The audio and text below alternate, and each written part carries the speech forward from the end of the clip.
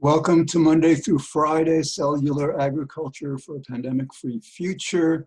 My name is George Ortega. This is episode number 20, and we're recording on Monday, August 3rd at 10:35 p.m. Eastern Standard. And initially, I was going to start this episode with a video that I just watched actually a couple of times yesterday, a YouTube video. And the relevance of it is it brought together, some very knowledgeable people about vaccines, about influenza, viruses, and it was such an amazing presentation. I just wanted to start with it. Now, I'm going to try to share clips from it because some of the statements that are made on there are so intelligent, or so visionary in a way, but I need to just determine there's a way of sharing information that's called the Fair Use Act. In other words, let's say the video is about an hour long, so I can take 15% of that. I mean, I probably wouldn't take that much, but and just show you that for educational purposes without needing permission from this. This actually was a forum that was conducted by the Milken Institute.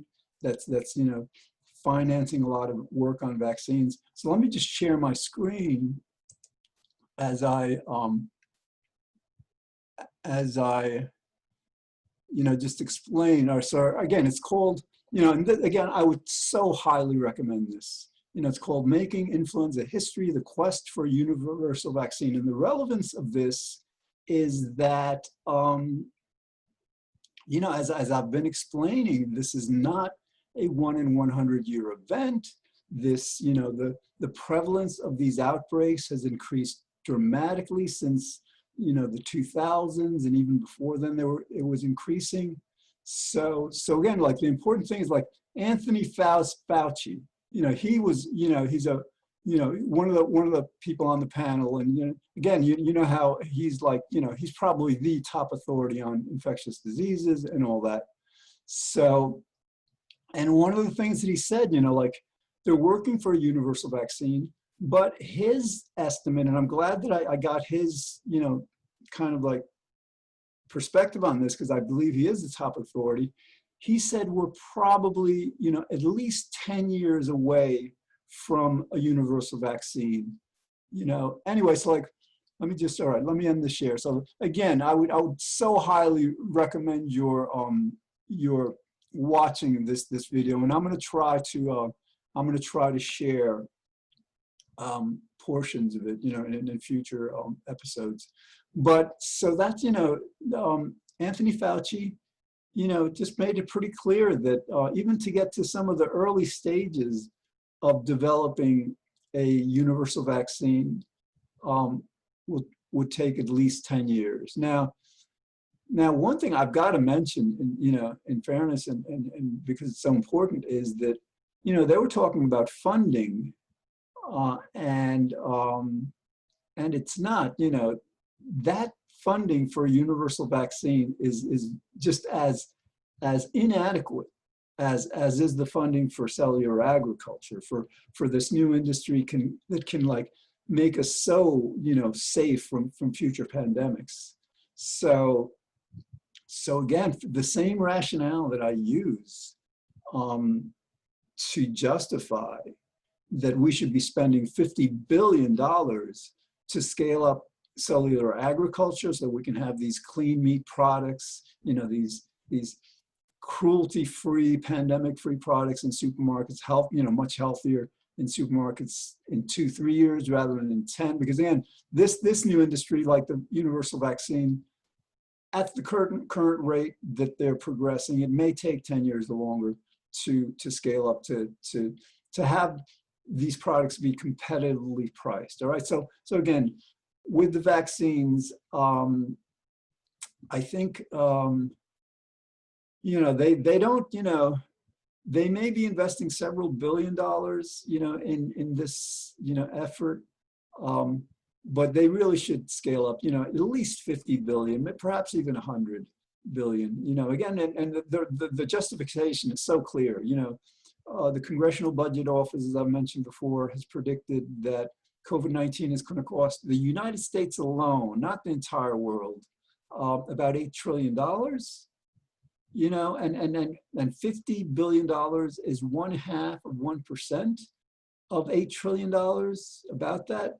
So, I mean, it would be the height of folly for us to continue to play Russian roulette, essentially, with these viruses, to think, oh yeah, we're going to be lucky, you know. No, you know, the experts tell us it's not a matter of if, it's a matter of when, and we can change that. You know, if we ramp up this research, you know, basically, you know, great point that Fauci made in that video, I think it's about an hour-long presentation. He said that the young talent, the biochemists, the genetic engineers, the engineers, the researchers that are required, not just for the vaccine, you know, to get a universal vaccine, but also for this new industry of cellular agriculture, they often follow the money, you know, and that they're, you know, and the money isn't, you know, if the money isn't there for the research, they'll go into other areas to do their work.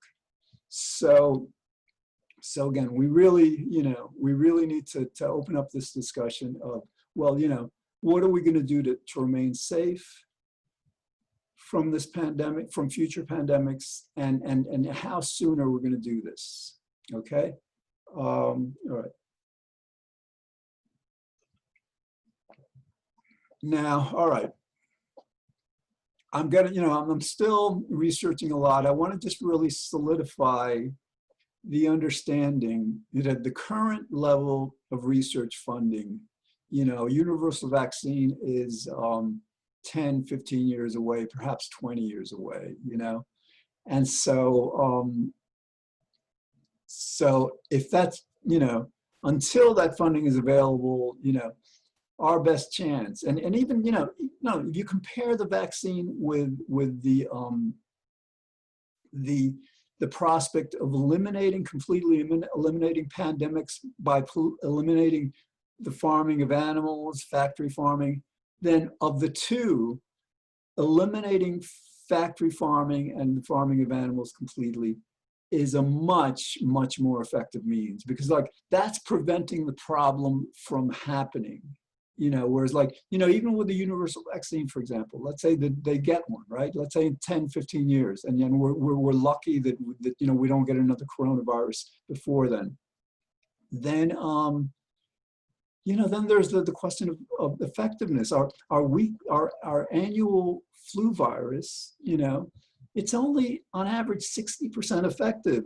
And, you know, with these universal flu viruses, they're aiming for 80% plus. So that's still like, you know, 1 out of 5 people is not going to be affected. So do the math. I mean, the Spanish flu of 1918 killed 50 to 100 million people. So what, you know, that would reduce it from 100 million, let's say the high count, to 20 million who lose their lives. So even like, you know, even an 80% effective universal vaccine would only just mitigate, you know, help us adapt to a pandemic. It wouldn't, you know, solve it. Whereas our best by far chance of remaining as safe as we can from these pandemics is to stop eating animals, farmed animals, and to stop farming animals. You know, basically what we need to do is stop our contact with these animals that, you know, that are infected with these viruses by bats, you know, and rodents and other wild animals. You know, we need to, you know, fortunately with our cats and dogs, we don't really have to worry about, you know, pandemics with them, our pets, because they're not, you know, except in extremely, extremely rare cases, in contact with wild animals like bats and all. But in factory farms, you know, that's another story. So, so again, you know, like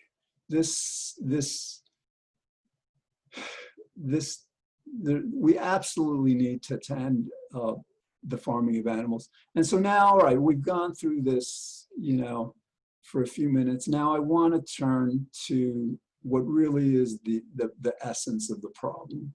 This is not fundamentally a technological problem. It's not an economic problem. Most fundamentally, it's a moral problem. For example, cases are surging throughout the United States in places like, like San Francisco. San Francisco is doing really well containing the virus, but then now it's not doing so well. The southern states, they're experiencing major surges. New York was the epicenter of the pandemic. Now there are more cases in California, in Florida, and Texas than there are in New York. Okay, I say it's a moral problem because, like, it's not difficult, to understand the concept of distancing, of social distancing. I mean, you stay, 6 feet away. But I mean, I try to avoid walking through downtown White Plains recently because so many people don't seem to get that. People walking in the middle of the sidewalk, okay? And like, so you walk to a side, one side or the other, but then you only have like, what, maybe 3-4 feet sometimes. I mean, I will actually, very literally, I go out into the street all the time because, like, fortunately, with a lot of businesses closed, there isn't that much traffic. And I feel much safer, being 20 feet away from somebody, walking out into the street, around someone, than to be subject to a person's, I would say it's immorality, because, a person could say, well, some people just don't realize how important it is. Yeah, but I mean, this isn't like rocket science. This isn't, something that's so difficult to understand. I think I think people do understand, and they just refuse to be constrained so much that they prefer their freedom to do whatever they want to do over their lives and the lives of other people. So that's just one example of how now we're making the pandemic surge. But it goes so much beyond that, because the reason we're in this mess is fundamentally a moral reason. For decades, for 50 to 100 years now, we've been so cruelly treating animals, tens of billions of animals, mainly chicken, but also cows and pigs and lambs, sheep, goats, I mean, like farmed animals. We have been so horribly abusing them for decades. Right now we abuse them the rate of 70 billion land animals a year. And an example of the abuse, for example, like egg-laying chickens, they're housed in battery cages. There might be 4 or 5 to a cage. The cage is really maybe a 1.5 by 1.5 by 1.5, and there's maybe 5 chickens crammed into it, so together that none of the chickens can even spread their wings, and they spend most of their lives there. Actually, no, they spend about a year there. And so, like, it's not just that, but these battery cages are stacked on top of each other. So the chickens on the higher levels are defecating and urinating on the chickens on the lower levels. Okay, and that's just one example of so much abuse that we are responsible for, because we essentially pay people to treat those animals that way so we can buy our chicken, less expensively. And incidentally, because those conditions, not just for example, those are egg-laying chickens. There's also broiler chickens. Broiler chickens are housed in these like airplane hangar-sized big containers that, they're just kept there, and the place is not cleaned, for like, I think they're there for about 7 weeks. And in those 7 weeks, they're defecating and urinating all the time. And the stench is so strong that workers need a mask, to go in there. Otherwise, it would be, the ammonia would burn their eyes and all. And that's just another example of how hard. The point with that is that, the conditions are so unsterile that we have to pump massive amounts of antibiotics into these animals. The problem with that is that, something that may actually be a greater threat to human health than these pandemics, than even climate change experts are suggesting, is antibiotic resistance. We're using so many antibiotics that the bacteria is developing resistance to our antibiotics. And, so then when we need them, when we go in for an operation, for example, because like the standard operation, they're going to give you antibiotics. That's routine. But 80% of the antibiotics we use go to animal farming. So like that's just another example of how we're paying the price for our cruelty. But my main point is, yes, this is a moral issue. This is not fundamentally a technological or a political or an economic issue. It plays out in those arenas, but fundamentally it's about a lapse in our conscience, a lapse in our understanding and respecting of right and wrong, of respecting human life, of respecting sentient life. So this is a wake-up call. Yes, we need to invest much, much more in universal vaccines if we're going to get a vaccine in time to save us from what would be the next pandemic. Yes, we need to spend $50 billion tomorrow to scale up cellular agriculture so we can get cultured meat products, fish, meat, beef, dairy in supermarkets at competitive prices in 2 or 3 years rather than in 10 or 15 years. We need to do that. But we can't do that without this moral component. We need to understand first, how grave the threat that we're faced with is, and can potentially be much graver in the future. And we need to understand that we need to demand these things. We need to demand these things of ourselves and our politicians. We need to demand of ourselves that we become interested in this. We read books. There are books about pandemics. There are books about, vaccines. There are books about clean meat. Let me see. Well, I'll find you. The one that I've been reading is called Clean Meat by Paul Shapiro, an amazing book. It just, this new industry started in 2013, and it just goes through it, give you an understanding of why this technology is so amazing, so positive for humanity in so many ways, not just for these animals. But that's the reflection. In other words, like, if you're staying ignorant of what we're going through, what caused it, what we need to do to get out of it, and what we need to do to get out of future pandemics, that's not very responsible. We live in a democracy. You have the right to vote. You have the right to participate in the political process. But if you do so from an indifferent, uneducated, ignorant standpoint, that's not a good help. And I understand, yes, many of you, you have families to raise, and you have some people are working, more than one job just to stay alive. So yes, I understand many people have constraints, but there are many of us, who are, have advanced degrees, have master's degrees, PhDs.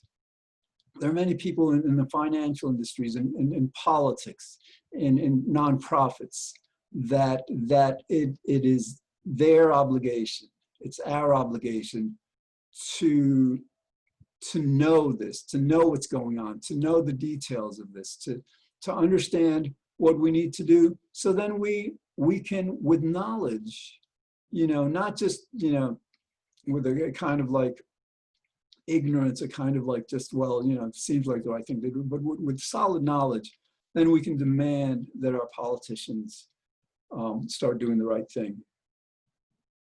Okay, so like, this show is primarily about preventing future pandemics, okay? But let's pull back a bit. We may not be halfway through this.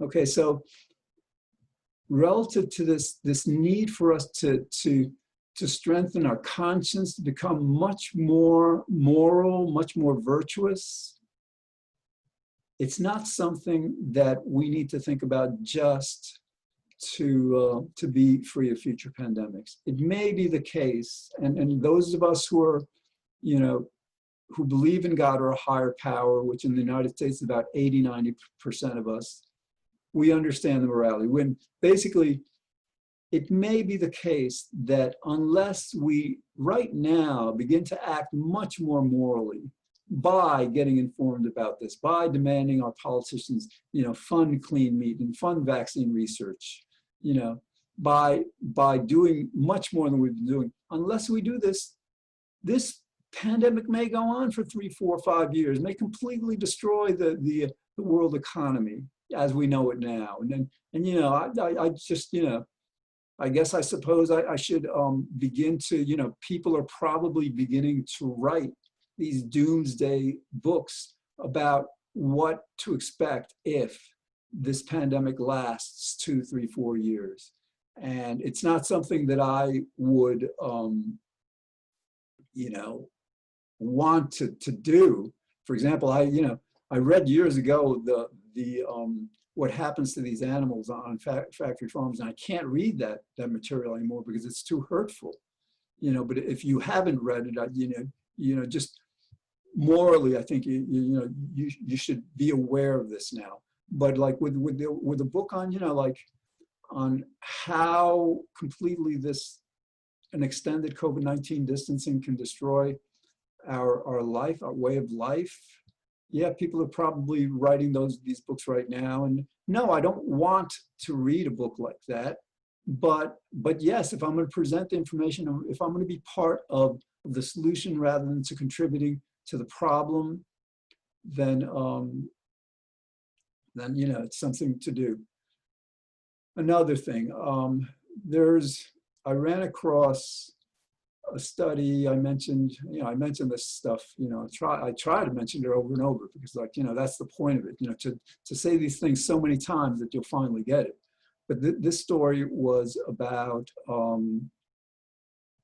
they did a survey and they asked, what group of people really disliked, hated the most, and I don't remember what the top choice was. I've got to go back and, I'm sure it's pretty easy to Google and find it. But I remember the second choice. The people that people disliked the most were vegans. Now, if you don't get that yet, that tells you the extent of the complete immorality of people.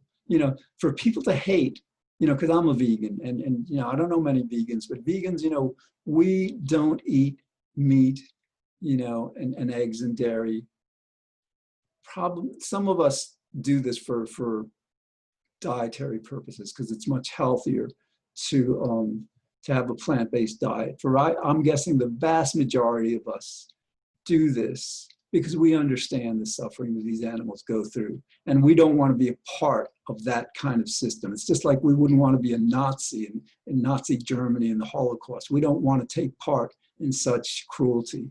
And so for people to report that they hate vegans more than almost any other people except one other, whoever they are, that tells you everything you need to know about how morally depraved we as a population are. And I don't know if this study was done in the United States or across the world, but that tells you everything. There was a book by a Rabbi Kushner. He asked, the title of the book was, Why Bad Things Happen to Good People. Now, I don't have much respect for this book. I read it and it's just like, it just didn't seem very insightful. And basically, what he doesn't really present as the answer, nearly strongly enough, nearly clear enough, is like, why do, if you ask yourself, why do bad things happen to good people? The answer is so clear, so obvious. It doesn't really require an entire book to explain it. The reason bad things happen to quote unquote good people is because quote unquote good people aren't nearly as good as they believe they are. If you believe you're a good person, but you're really eating chickens and hot dogs and hamburgers, and you know that these products are at such a cheap price because the animals that they come from are tortured, I'm sorry, you can't really call yourself a good person, you know, in a very important way. Yeah, you know, you may be a great parent. You may be great at your work, and people work hard. People, you know, this good evil thing isn't like, you know, yes, we're a combination of both. But imagine a slaveholder, you know, who goes to services every Sunday, whatever, and you know, and has slaves. Or imagine an SS officer, a Nazi officer who's in a concentration camp, you know, doing whatever evil they did there, and then going back and being nice to their family. So yes, no, virtue requires, you know, kind of a pretty comprehensive enactment, a comprehensive expression. You know, you can't just, well, yeah, I'm good to my family, I'm good to the people I know, but everybody else, well, you know, whatever, these animals, whatever. All right. It's interesting how this show is turning into a series of sermons. And because I'm beginning to think, yes, and, you know, it's again, like, this isn't, I don't think, a technological issue. I mean, it's important that you know this about, you know, cellular agriculture and about universal vaccines, because, you know, this information can inform your morality, can inform you so that you make the right moral decisions. But ultimately, it really is a moral issue, and that's why I may be doing many more of these sermonizing type episodes. All right, so we've got less than 50 seconds left. You know, catch the show on White Plains Community Media Monday through Friday, channel 76 if you get Optimum, and channel 45 if you get Verizon. And the episodes are also on YouTube. I'm gonna, you know, in the meantime, I'm gonna keep researching universal vaccines, and whatever else I can find that can help you to understand what we need to do to not just come out of this this thing as soon as possible, but and we can do this. This is not even really that difficult. We can create a pandemic-free world, and that's the purpose. All right, well, I hope you're having a great Tuesday, and I will see you tomorrow.